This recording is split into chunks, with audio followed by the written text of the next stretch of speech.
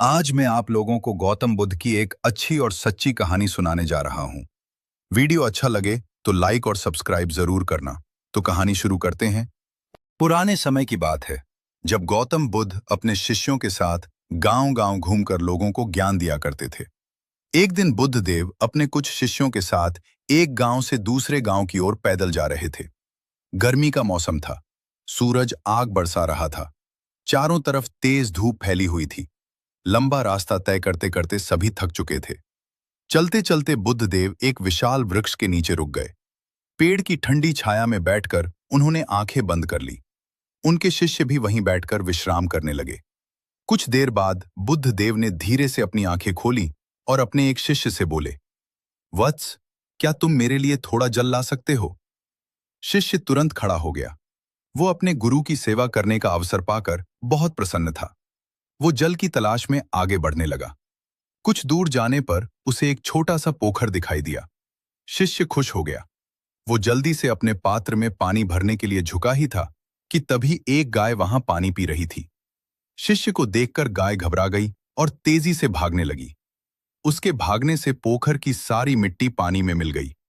कुछ ही पलों में साफ पानी पूरी तरह गंदा और मटमैला हो गया। शिष्य उदास होकर पानी को देखने लगा। उसने सोचा, ये जल तो बिल्कुल गंदा हो गया। मैं ऐसा पानी गुरुजी को कैसे पिला सकता हूं? वो काफी देर तक वहीं खड़ा रहा, लेकिन पानी साफ नहीं हुआ। आखिरकार वो खाली हाथ वापस बुद्ध देव के पास लौट आया। बुद्ध देव ने मुस्कुराकर पूछा, वत्स, जल कहाँ है? शिष्य ने सिर झुकाकर कहा, गुरुदेव, मैं जल तो लेने गया था, लेकिन वहां एक गाय पानी पी रही थी। मुझे देखकर वो डरकर भाग गई और उसके कारण पूरा पानी गंदा हो गया। मैं आपके लिए ऐसा गंदा जल नहीं ला सका। शिष्य की बात सुनकर बुद्धदेव शांत भाव से मुस्कुराए। उन्होंने कहा, कोई बात नहीं वत्स, तुम एक बार फिर उसी पोखर के पास जाओ। यदि जल अभी भी गंदा हो तो थोड़ी देर प्रतीक्षा करना, लेकिन इस बार जल लेकर ही लौटना। शिष्य थोड़ा हैरान हुआ, लेकिन उसने अपने गुरु की आज्ञा मानी और दोबारा पोखर की ओर चल पड़ा। कुछ समय बाद वह फिर उस पोखर के पास पहुंचा। इस बार उसने जो देखा, उसे देखकर वह आश्चर्यचकित रह गया।